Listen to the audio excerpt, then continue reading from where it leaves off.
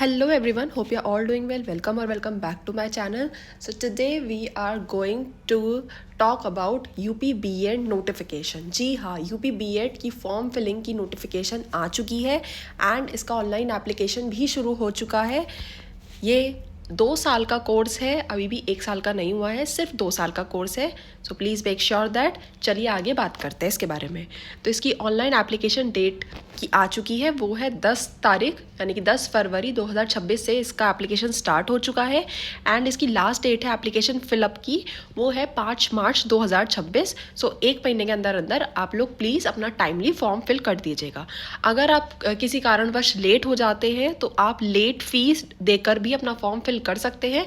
वो फिल होगा 10 मार्च 2026 तक. ओके, देन इन्होंने एग्ज़ाम डेट अपनी दी हुई है टेंटेटिव, शायद चेंज हो जाए या इसी दिन हो तो अच्छी बात है, बट वो इन्होंने दी हुई है 26 अप्रैल 2026. एंड रिज़ल्ट का भी इन्होंने डेट दे दिया है एंड वो है आपका 25 मई 2026 में.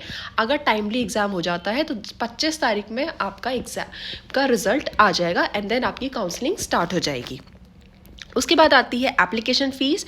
सो जो यूपी के general category, EWS category and OBC categories है, उनके लिए फॉर्म फिलिंग की एप्लीकेशन फ़ीस है 1650 रुपये. Okay, 1600 and 500. ठीक है.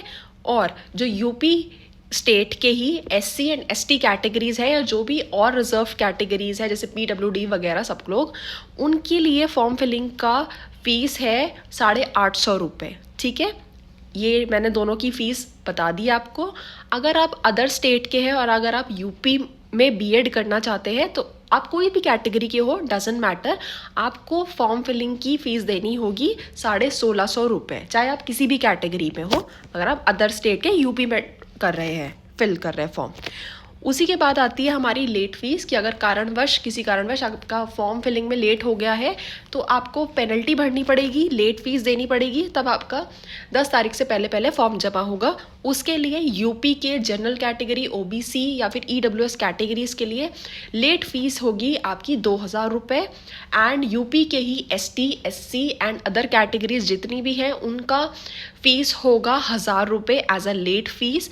एंड अदर स्टेट के जो फॉर्म फिल कर रहे हैं एज अ लेट कमर, उनका फीस रहेगा 2000 रुपीज़. ओके, हमने फ़ीस के बारे में बात कर ली है अच्छे से.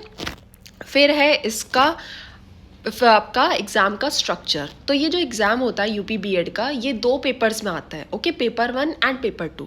पेपर 1 3 घंटे का होगा एंड इसमें नेगेटिव मार्किंग आपकी 1/3 मार्क्स की होगी. ओके, तो पेपर 1 में आपका 2 सेक्शंस है. फर्स्ट है आपका जनरल नॉलेज जिसमें 50 क्वेश्चन आएंगे और 100 नंबर का है ये टोटल. दैट मीन्स एक क्वेश्चन 2 मार्क्स का है एंड नेगेटिव मार्किंग 1/3 है. So please make sure that.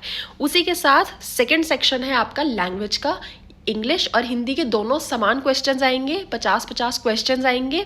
उनमें से आपके ऊपर है कि आपको कौन सा वाला चूज़ करना है. ओके, अगर आप इंग्लिश सेक्शन आपने चूज़ करा है तो आप प्रॉपर सारे इंग्लिश के ही क्वेश्चंस करेंगे. अगर हिंदी चूज़ करा है तो सारे हिंदी के ही करेंगे. ठीक है, 50-50 क्वेश्चंस आएंगे, वो भी 100 मार्क्स के, यानी कि एक क्वेश्चन 2 मार्क्स का है एंड नेगेटिव मार्किंग इसमें भी लगेगी. ओके, देन आता है आपका पेपर सेकेंड. पेपर सेकेंड भी आपका 3 घंटे का ही है नेगेटिव मार्किंग के साथ.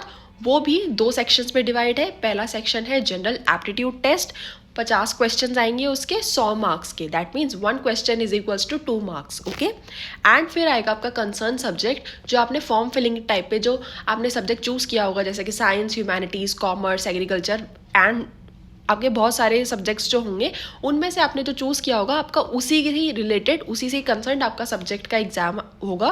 50 क्वेश्चन आएंगे आपके सब्जेक्ट से, आपको वैसे ही अपना क्वेश्चन अटेम्प्ट करना है, क्वेश्चन पेपर अटेम्प्ट करना है. 100 मार्क्स का होगा वो, यानी कि 1 question is equals to 1 mark. Okay, तो ऐसे आपका पूरा का पूरा पेपर इस तरीके से डिवाइडेड है, पेपर 1, पेपर 2, और उसमें भी 4 सेक्शंस है.